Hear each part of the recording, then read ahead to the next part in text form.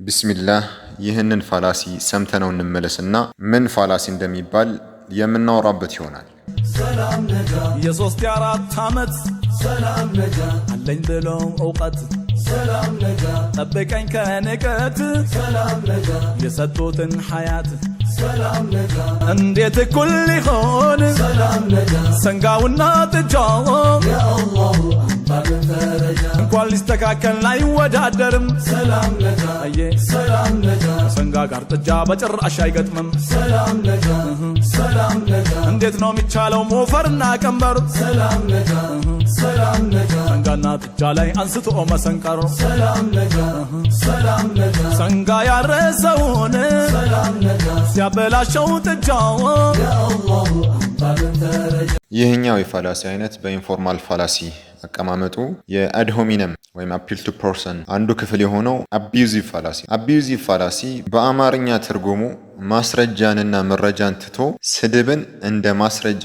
መጠቀም ማለት ነው። ማለትም አርጊየሩ ያነሳውን አጀንዳ ወደ ጎን በመተው አርጊየሩን ራሱ ስብዕናውን በመንካት ወይም ምሁራዊ ብቃቱን ጥያቄ ውስጥ በማስገባት የአጀንዳው ወይም የክርክሩ አሸናፊ መስሎ ለመታየት መሞከር ማለት። ማለትም ፐርሰን ኤ የሆነን ሐሳብ ክሌም ቢያደርግና ፐርሰን ቢ ደግሞ የተነሳውን ሐሳብ ትቶ ሐሳቡን ያነሳውን ሰው ራሱን ኢንሰልትና አቢዩዝ ቢያደርገው የዚህኔ ምን ይከሰታል? ኤ የሚባለው ሰው ያነሳው አጀንዳ ይቀርና ስለ ኤ ፐርሶናሊቲ ክብረ ነክ ነገሮችን መስማት እንጀምራለን ማለት ነው። ይህ ነው አቢዩዚቭ ፋላሲ የሚባለው። ይህም ወንድማችን አላሁ ጀለ ወዐላ እኛንም እሱንም ወደ ቀጥተኛው መንገድ ይምራንና በዚህ ነሺዳው ላይ ጀምሮ እስኪጨርስ ድረስ በስድብ የታጨቁ ስንኞችን እናገኝበታለን። ሌሎቹን ስንኞች አላህ ካለ በሌላ ጊዜ የምናያቸው ቢሆንም ለዛሬ በዚህ መንዙማ ወደ አራተኛው ደቂቃ አካባቢ የተጠቀማቸውን ስንኞች እንጎበኛለን። ምን ይላል? የሶስት የአራት ዓመት አለኝ ብሎ እውቀት አለፍ ብሎም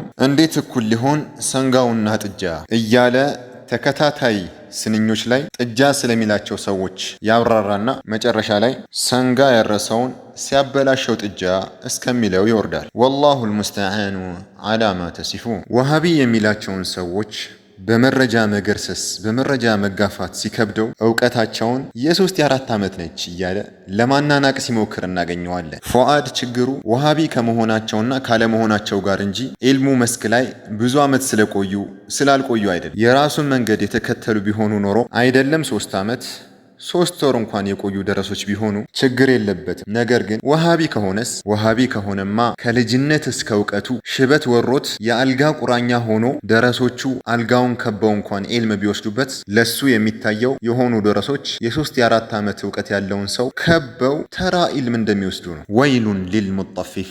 በመቀጠልም ወሃቢ የሚላቸውን ሰዎች ጥጃ እያለ በስብዕናቸው ላይ ሲረማመድ እናየዋለን። ወሃቢ የምትላቸውን ሰዎች ለመጣል ያለህ መረጃ ጥጃዎች ናቸው፣ ትንንሾች ናቸው፣ እንጭጮች ናቸው፣ ለጋ ናቸው የሚል መከራከሪያ ብቻ ነው። ግጥም ጽፈህ ስቱዲዮ ገብተህ ከኋላ የሚያጅቡህን አዝማሪዎች አዘጋጅተህ ተቀርጸህ እና መሰል ስቴፖችን አልፈህ ለህዝቡ ስለ ወሃቢያ የምታቀርበው ትልቁ ማስረጃ ለጋ ናቸው፣ ጥሬ ናቸው፣ አልበሰሉም የሚል ማስረጃ ብቻ ነው። ሰቱክተቡ ሸሃደቱሁም ወይስአሉ ምስክርነታቸው ትጻፋለች ይጠየቃሉ ይላል አላህ። ዛሬ በዱንያ ላይ ማንም ምንም አያመጣም ብለህ የፈለግከውን ትናገር ይሆናል። ወነضዑ ልመዋዚነ ልቂስጣ ሊየውም ልቅያመቲ ፈላ ትظለሙ ነፍሱን ሸይአ ወኢን ካነ ምትቃለ ሐበትን ምን ኸርደልን አተይና ቢሃ ወከፋ ቢና ሓሲቢን። የውም ልቅያማ ትክክለኛ ሚዛኖችን እናቆማለን። አንዲትም ነፍስ